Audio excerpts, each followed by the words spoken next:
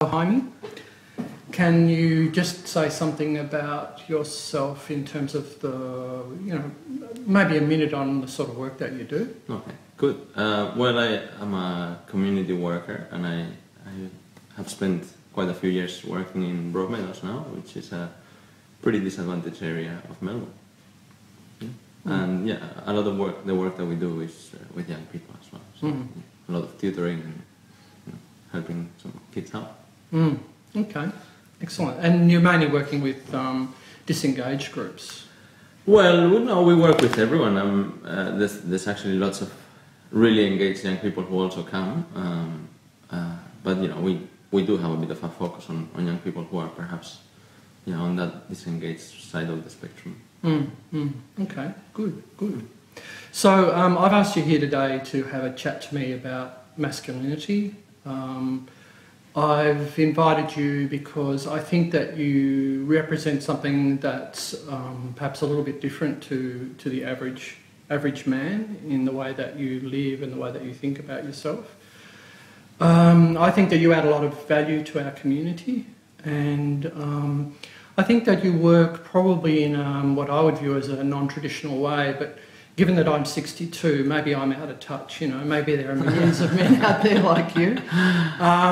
However, look, I think you have a lot to offer other men, particularly young men, as a role model.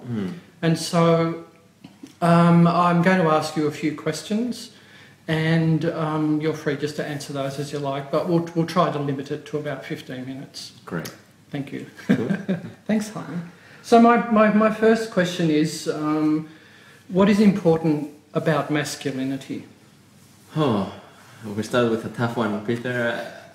I actually, after quite a lot of thought about this, I have come to realize that I think masculinity is something that we slowly will have to get rid of, because I don't think it's useful to anyone to think about, masculinity or femininity. And in fact, a lot of the advances that our society has made lately are about letting people express their individuality as they are. So, talking about, same-sex marriage and sexual freedom and gender diversity and all of those things, and more and more we're finding that almost every person is quite different. Now, however, I do think that if we're going to use some of these concepts, I think perhaps we can rescue some of the things that have been traditionally thought of as masculine, and I guess maybe repackage them or rebrand them a little bit. So some of the things that I would take around that would be things around responsibility, things around courage, and I don't necessarily mean courage to just go and fight or whatever we need to do, but perhaps it's courage to actually look at yourself and seeing that you need help, and that you can't do things by yourself, and that you're vulnerable and all of those things.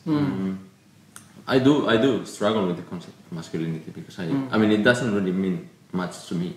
I know I'm a man, but I think more and more you find that can be expressed in lots of different ways. I do think I do quite a lot of things that men do. I enjoy exercise and being physically active and all of those things, but many women do as well. So So would you like to see the word masculinity just not to be used at all? Is that what you're suggesting? Do you think that word I guess is a fossil in some way? I think it will be a fossil eventually, and I think at the end of the day, we use terms like that when they are useful to our lives somehow. I can't think of a time in my life where that term is really useful, because I don't define myself as a man. I perhaps I'm a bit more comfortable just thinking of myself as a human or whatever. I don't find that it adds anything to my life, but I think that's quite different to lots of people, and lots of people. I think adolescents and that period is very much around what it means to be a man, and people want to fit in as that. And I think, you know, perhaps for that reason as well, some work can be done around positive concepts that you could associate to masculinity. But I mean, in my own personal life, I don't use that. I read recently that the way that men are socialised in our Western society, for example, here in Melbourne in Australia, and I know you were socialised in Spain, but that it might be similar there. The way that we've been socialised means that as men, we've got a much more narrow set of options to women. That because women are socialised to be more, I guess, collaborative, and they gather networks of other women around them, it gives them a kind of a broader range of models and ways of being emotionally, and also in a lot of different ways. And I was interested in that because I've always felt that, I suppose I hadn't thought about it, and it seemed to me that because women were oppressed by a patriarchy, that they must have a more limited range of options. But I thought that was an interesting twist for me, different perspective. Yeah, well, I mean, I can see where you're going with this. I mean, I do think that the sort of patriarchal, I can't even pronounce the word, patriarchal model that we have. First of all, I think let's name things. It's oppressive to women, and it still is to this day. However, I think I do agree with you that it tends to limit men's options.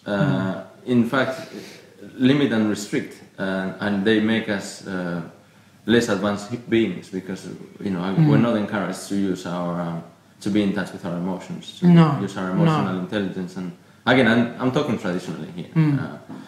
Whereas, and you know, even, you know, in the range of things that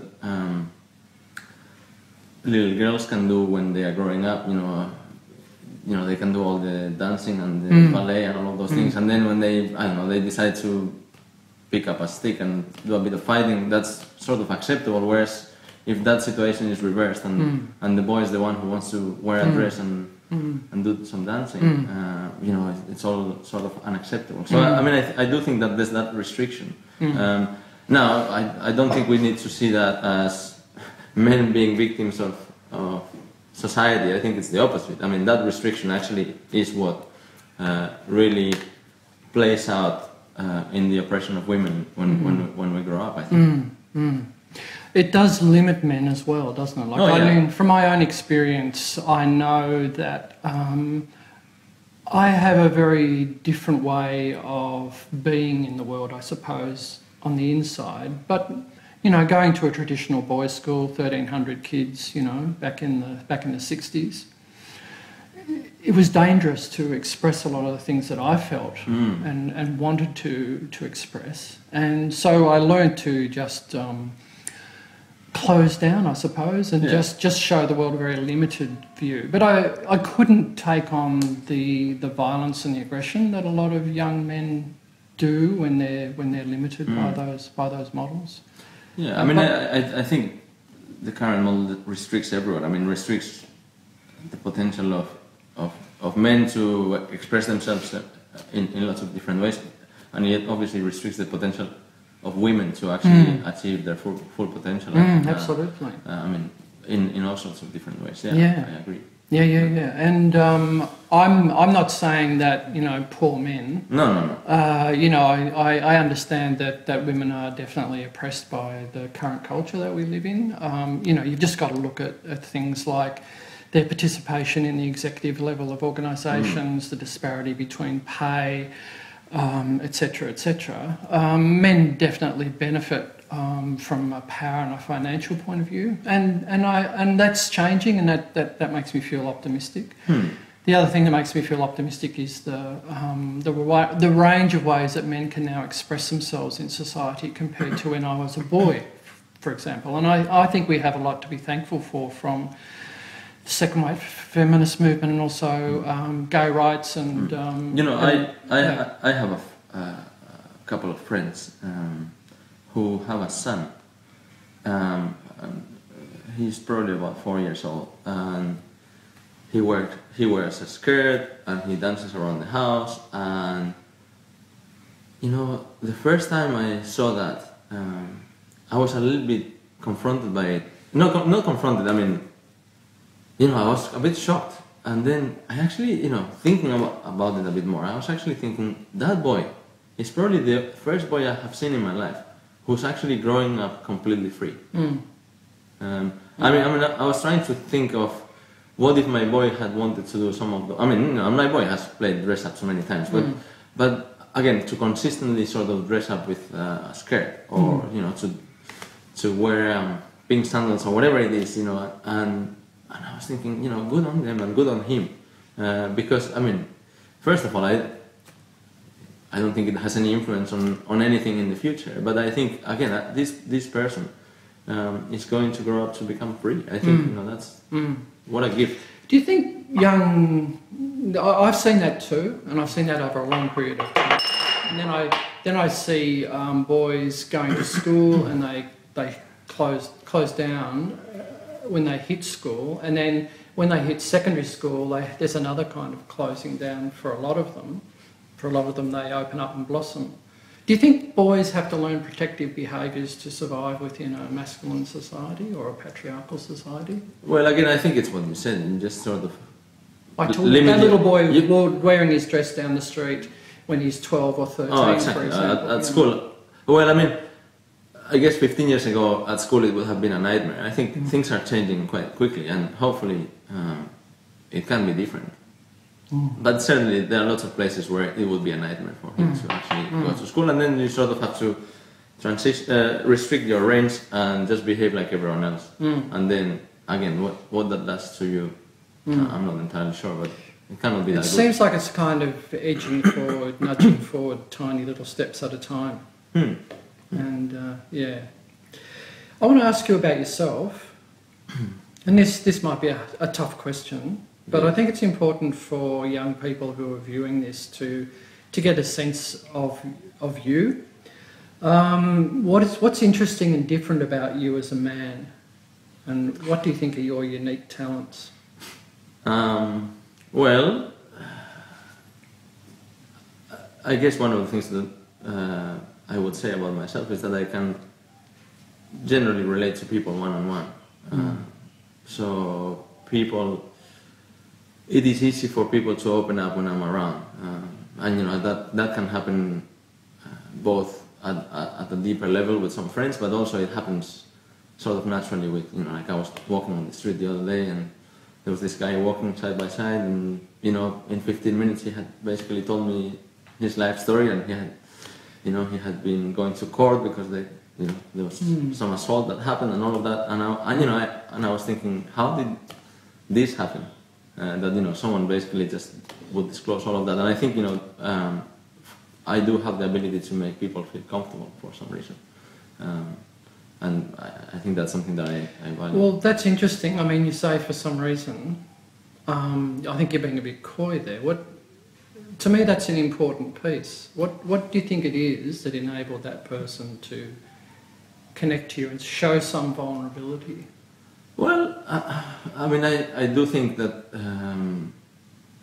sometimes it's quite important to, I don't know, treat people like they're important and focus on the person and the moment. And again, I am quite able to do that more on a professional level.